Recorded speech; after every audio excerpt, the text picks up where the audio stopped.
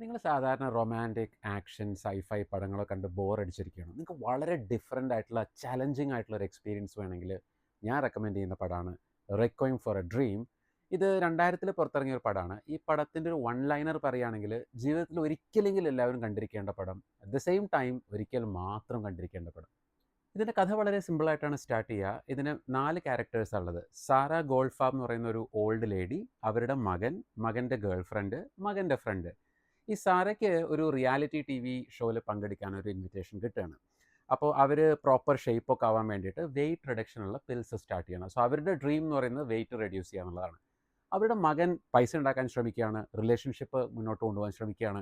ഈ 4 പേരും ലൈഫിൽ ഡ്രീമിനെ ചേസ് ചെയ്യാണ്. പക്ഷെ എന്താ സംഭവിക്കുന്നുണ്ടെങ്കിൽ, ഈ ചേസിങ്ങിൻ്റെ ഇടയിൽ ഇവരെല്ലാവരും ഡ്രഗ്സിന് അഡിക്റ്റഡായി മാറുകയാണ്.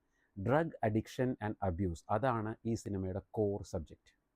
എൻ്റെ ഒരു പേഴ്സണൽ ഒപ്പീനിയനിൽ ഡ്രഗ് അഡിക്ഷനും അബ്യൂസും ഇത്ര ഭീകരം വയലൻ്റായിട്ടും ഡിസ്പ്ലേ ചെയ്ത വേറൊരു മൂവി ഉണ്ട് തോന്നുന്നില്ല. അതുപോലെ ഇതിലെ ക്ലോസപ്പ് കട്ട്സും അതുപോലെയുള്ള ക്രിസ്പായിട്ടുള്ള എഡിറ്റിങ്ങും എല്ലാം കൊണ്ടും നമ്മൾക്കിത് കാണുമ്പോൾ ആ ഫീല് ശരിക്കും കിട്ടും.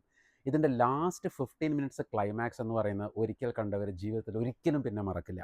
അതുകൊണ്ട് തന്നെ ഞാൻ പറഞ്ഞത്, ഈ പടം ഒരിക്കൽ കണ്ടാൽ പിന്നൊരു തവണ കാണാൻ വളരെ ബുദ്ധിമുട്ടായിരിക്കും. ഈ സിനിമ നിങ്ങൾ കാണാൻ ശ്രമിക്കുന്നുണ്ടെന്നുണ്ടെങ്കിൽ ഒറ്റയ്ക്ക് കാണുക, അതുപോലെ ഒറ്റ ഷോട്ടിൽ കാണാൻ ശ്രമിക്കുക. പറ്റുകയാണെങ്കിൽ തന്നെ ഹെഡ്ഫോൺസൊക്കെ വെച്ച് ഒരു പ്രൈവറ്റ് സ്പേസിൽ കാണാൻ ശ്രമിക്കുക. ആദ്യമേ തന്നെ പറയുകയാണ്, ഇത് വളരെ ഒരു ലാസ്റ്റിംഗ് ഇംപ്രഷൻ നിങ്ങളുടെ മനസ്സിലുണ്ടാക്കുന്ന ഒരു സിനിമയാണ്. ഞാൻ ഈ സിനിമ കണ്ടിട്ട് ഒരു 1-2 ആഴ്ചയോളം അതിൻ്റെ ഒരു ഹാലൂസിനേഷനിലോ ഹാങ് ഓവറിലൊക്കെ പെട്ടതാണ്.